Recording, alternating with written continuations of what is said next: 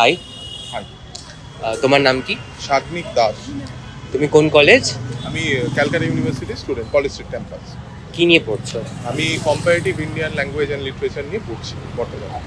আচ্ছা, তো তোমার কি মনে হয় এই এডুকেশন অফ কলকাতার ব্যাপারে? দেখো, এখন অবধি আমরা যেটা দেখতে পাচ্ছি সেটা হচ্ছে যে কলকাতার যে এডুকেশন, কলকাতা তো অ্যাকচুয়ালি কালচারাল হাব হিসেবে পর্যন্ত পরিচিত ছিল, কালচারাল ক্যাপিটাল রাদার। তো কলকাতার পড়াশুনো আমি পিছনেই কলকাতা বিশ্ববিদ্যালয় দেখতে পাচ্ছ, একটু এগিয়ে গিয়ে প্রেসিডেন্সি, যাদবপুর, এইগুলো আসলে কলকাতার প্রাণ কেন্দ্র আর কি, কলকাতার শিক্ষার প্রাণ কেন্দ্র হিসেবে খুব পরিচিত ছিল। এবং দীর্ঘ কয়েক দশক ধরে এই শিক্ষা প্রতিষ্ঠানগুলো সর্বোচ্চ যে শিক্ষা সেগুলো দিয়ে এসছে। মানে এই বিশ্ববিদ্যালয় তো শতাব্দী প্রাচীন বিশ্ববিদ্যালয়, সিপাহী বিদ্রোহের সময় থেকে কলকাতা বিশ্ববিদ্যালয় স্থাপন। ফলত এই শুধুমাত্র পড়াশুনো নয়, এর ক্যাম্পাস লাইফ এবং আদার কোকারিকুলার অ্যাক্টিভিটিস সব কিছু মিলিয়েই কলকাতার এডুকেশন কিন্তু এখনো বেশ জমজমাট। তো তোমার কি মনে হয় কি চ্যালেঞ্জেস ফেস করছে এই এডুকেশন, আমাদের কলকাতার যে এডুকেশনটা আছে? কলকাতার এডুকেশন বলে নয়, দেশের এডুকেশন, রাজ্যের এডুকেশন দুটোই একটা প্রচণ্ড চ্যালেঞ্জের মুখোমুখি। তার কারণ হচ্ছে এনইপি ইন্ট্রোডিউস হয়েছে। এনইপি আমরা দেখতে পাচ্ছি, এনইপি এমন প্রোস কনস দুটোই আছে, সেটা নিয়ে আলোচনা হওয়া দরকার। কিন্তু বর্তমানে আমরা যেটা দেখতে পাচ্ছি, এনইপি এবং সেটাকে ফলো করে স্টেটে যে এসিপি, এইটা আমার কোথাও গিয়ে মনে হচ্ছে যে ছাত্র বিরোধী, ছাত্রদের যে স্বার্থ রক্ষা সেটাই কোথাও গিয়ে এই দুটো পলিসি হানি করছে আর কি। এবং সেটা অস্বীকার করে লাভ নেই যে বিভিন্ন বিশ্ববিদ্যালয়ে বিভিন্ন খামতি আছে। খামতি কী ধরনের?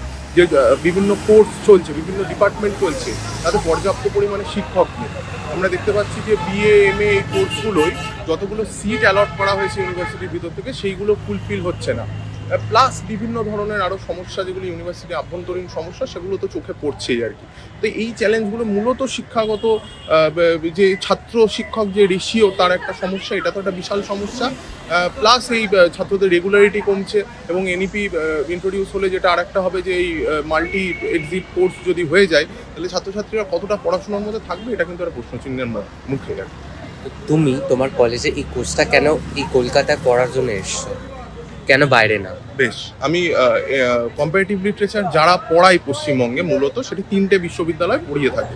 এক হচ্ছে যাদবপুর, আর হচ্ছে কলকাতা এবং বিশ্বভারতী।